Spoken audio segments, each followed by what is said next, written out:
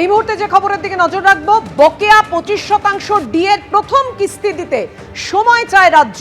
31শে December পর্যন্ত সময় বাড়াতে সুপ্রিম কোর্টে আবেদন করছে রাজ্য সরকার। আরো সময় চেয়ে সুপ্রিম কোর্টে গেল রাজ্য সরকার, আরো সময় চেয়ে সুপ্রিম কোর্টে আবেদন রাজ্য সরকারের।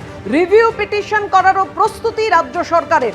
ভোটের জন্য খরচের কারণ দেখিয়ে আবেদন করছে রাজ্য সরকার। বকেয়া 25% ডিএর প্রথম কিস্তি দিতে সময় চায় রাজ্য।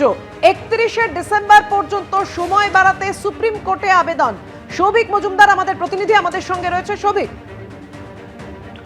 দেখো, সুপ্রিম কোর্টের রাজ্য সরকারের তরফ থেকে যে আবেদন করা হয়েছে সেই আবেদনে তাদের বক্তব্য হলো যে ইতিমধ্যেই গত 5ই ফেব্রুয়ারি যে নির্দেশ সুপ্রিম কোর্টের তরফ থেকে দেওয়া হয়েছিল সেটা যেন মডিফাই করা হয় এবং সেখানে নির্দিষ্ট কিছু সময়সীমার কথা বলা হয়েছিল। তোমার মনে থাকবে যে 5ই ফেব্রুয়ারির নির্দেশে খুব স্পষ্টভাবে বলা হয়েছিল যে এই যে গোটা বকেয়া মহার্ঘ ভাতা রয়েছে তার 25% অবিলম্বে দিয়ে দিতে হবে এবং বাকি যে মহার্ঘ ভাতা রয়েছে সেই 75%-এর মধ্যে তার যে প্রথম কিস্তি রয়েছে সেই প্রথম কিস্তিটা কিন্তু 6ই মার্চের মধ্যে 31শে মার্চের মধ্যে দিতে হবে। এই ধরনের একটা নির্দেশ সুপ্রিম কোর্টের তরফ থেকে দেওয়া হয়েছিল।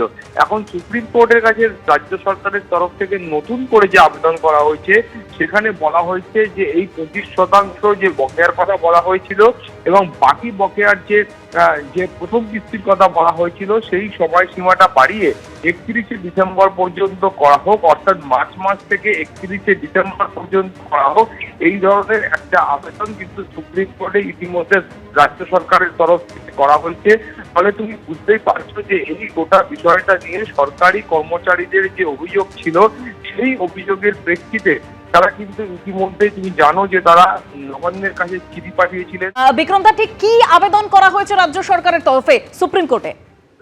রাজ্য সরকারের তরফে একটি আবেদন করা হয়েছে যেটা আমরা এই 0.5 ঘন্টা 40 মিনিট আগে পেয়েছি কপিটা। সেখানে রাজ্য সরকার যে প্রথম 25% দিয়ে যেটা ইমিডিয়েট রিলিজ করতে বলেছিল রাজ্য সরকারকে, আর তার সঙ্গে 31শে মার্চের মধ্যে ফার্স্ট ইনস্টলমেন্ট, এই 25% আর ফার্স্ট ইনস্টলমেন্টটা রাজ্য সরকারের তরফ থেকে আবেদন করা হয়েছে যেটা 31শে ডিসেম্বর 2026 পর্যন্ত যেন এটা সময়সীমা দেওয়া হয়, এইটা নিয়ে আবেদনটা করেছে।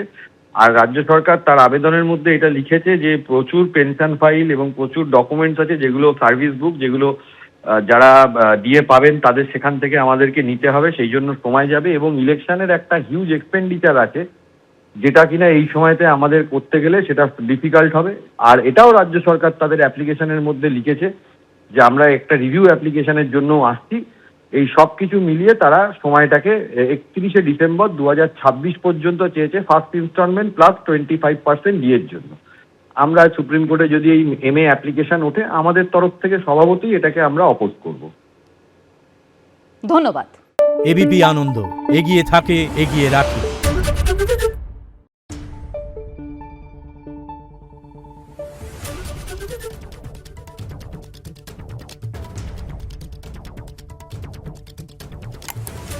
Thank you.